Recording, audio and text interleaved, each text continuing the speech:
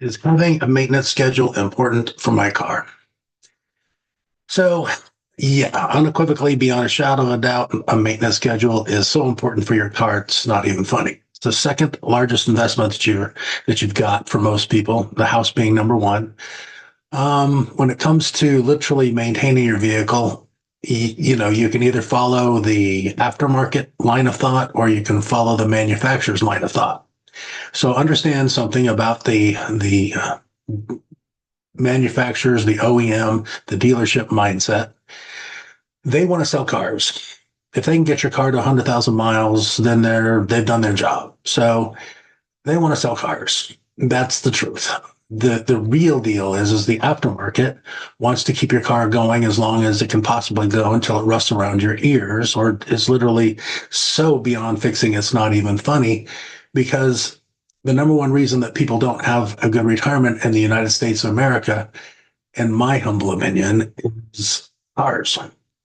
The easiest way to take a somebody that doesn't have a lot of money and bankrupt them is to give them a car. Give them a car. I mean, if they actually have to buy it, holy Toledo. The cost per mile for a new car versus a used car versus a car you already own is somewhere around $1 for the new car per mile for the first 75,000 miles, according to Edmunds.com, true cost to own. And it's, 60 cents, 70 cents for a used car, and you just bought somebody else's problems. And it's 20 cents a mile to maintain the one you got. Now, insurance, finance charges, depreciation, I mean, on and on and on, right? So basically, do yourself a favor and find a shop that's got a complete understanding of maintenance and how important it is. There are a lot of aftermarket automotive shop repair facilities that don't do a good job on maintenance. They do a good job fixing the car when it breaks. Well, your car's not gonna last. It's like, you're never replacing the air filter in your house. I mean, that's not good. You replace it, one or two or three or four times a year because it makes sense to be proactive and maintain it. I mean, otherwise your fan is going to be really, really, trying to struggle to get the air to flow through everything and all that. Well, it's the same thing with your car. You change your oil. You change your oil for a reason, right? We've been trained to change our oil. Oil changes are so important, it's not even funny. Oil change near me is one of the biggest search terms on the internet. It's not even funny. So when we think about these things, we can actually go for what the dealership and the manufacturer, the OEM manufacturer of cars, vehicles versus the aftermarket. It's a very big deal.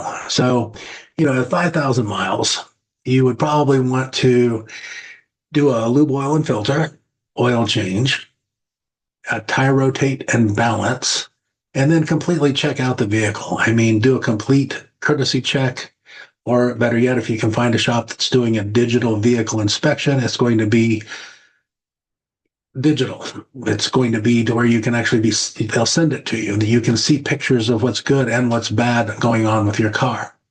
So every 5,000 miles, that's what you're going to do. And then at 15,000 miles, you'll do what you did at 5,000 miles. Plus, you're going to, recommend a battery service, an alignment, cabin air filter, fuel injection flush. The fuel injectors nowadays really need to be maintained as far as, to where they keep firing a perfect circle mist. And then of course, you go back to the 5,000s until you get to 30,000. And then you're going to do everything that you've been doing at the 5,000, the 15K, because now 15 and 15 is 30. So the 30K is everything that the 5,000 mile service has been, the 15K mile service has been. The 30,000 mile is going to add the fluid exchanges into it. So you're going to be, changing out your brake fluid, your coolant. What coolant and antifreeze are the same thing. So that antifreeze, coolant replacement, transmission fluid replacement, power steering fluid if your vehicle comes with it.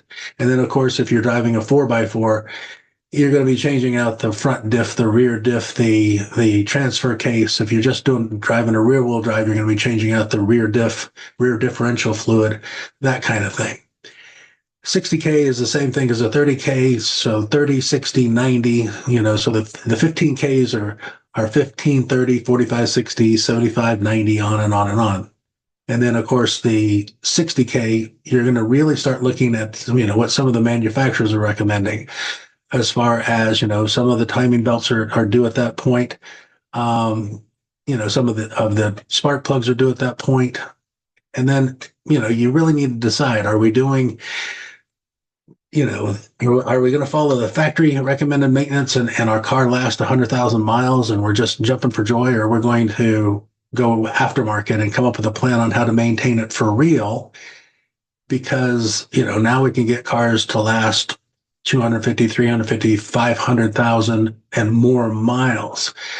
But you definitely have to follow a plan, a schedule. Maintenance schedule is so important for your car. It's not even funny.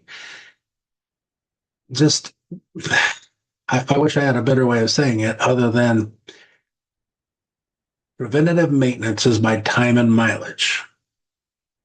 By time and mileage. It's preventative maintenance. You fix it before it's broke. You fix it before it's needed. You fix it while it's still good. If a air filter is dirty, is that a repair or is that maintenance? It's a repair. It's already dirty. It needed to be replaced a long time before it got dirty. If you're waiting for your shop, or you think your shop has got a crystal ball where they can tell just when your air filter's gone bad, just when your fluids have gone bad, just when your shocks and struts have gone bad, just when, because like at 75,000 miles, we're recommending, shocks and struts. It's not a never ending thing. It's 20 cents a mile. The average car drives 15,000 miles. So that's 3,000 miles a year that you need to budget for your car. These are big deals. These are big things that make it literally last, at 75,000 miles, I'm replacing the spark plugs, even if they call it for 100,000 miles. You can't make me keep a spark plug in an engine for 100,000 miles. I mean, it gets kind of stuck in there sometimes. Why wait for it to get stuck in there? And again, you change your oil. Why are you changing your oil if you're not going to take care of the rest of your car? Just saying, right?